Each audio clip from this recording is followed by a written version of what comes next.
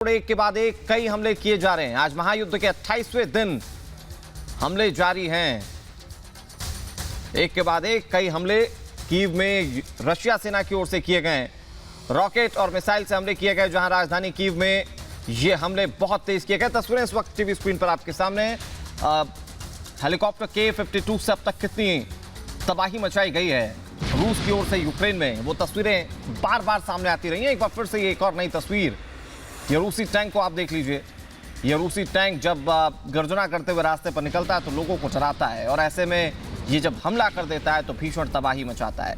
अब ये एक एरियल व्यू देखिए जहां पर किस तरह से धमाके हो रहे हैं। ये कीव के हिस्से का हाल है जहां पर राजधानी कीव के लिए यूक्रेन भी पुरजोर कोशिश कर रहा है किसी भी तरीके से रूस यहां पर अपना दबदबा कायम ना कर पाए।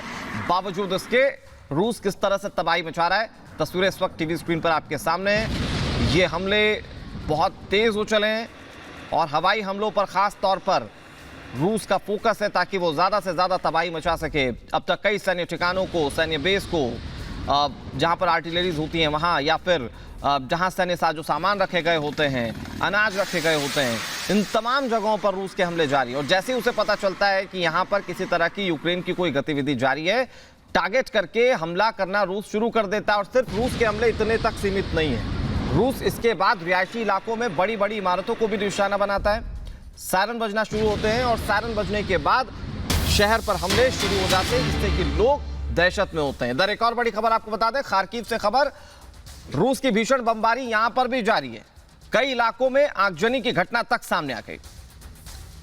ये तस्वीरें इस वक्त टीवी स्क्रीन पर आपके सामने, ये रात का वक्त, यानी कि तस्वीरें आपसे कुछ देर पहले की है। खार्किव में रूस की भीषण बमबारी की तस्वीरें हैं।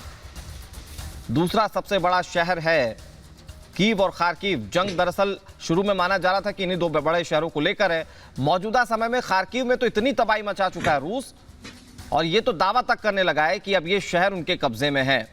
लोग जो हैं वो यहां से पलायन कर चुके हैं, ज्यादातर लोग अपने घर बार को छोड़कर जा चुके हैं। लेकिन महायुद्ध के 28वें दिन तक किस तरह से बमबारी जारी है, पूरे इलाके जो हैं वो खंडहर में तब्दील हो गए, बड़ी बड़ी इमारतें खाली हो गई हैं।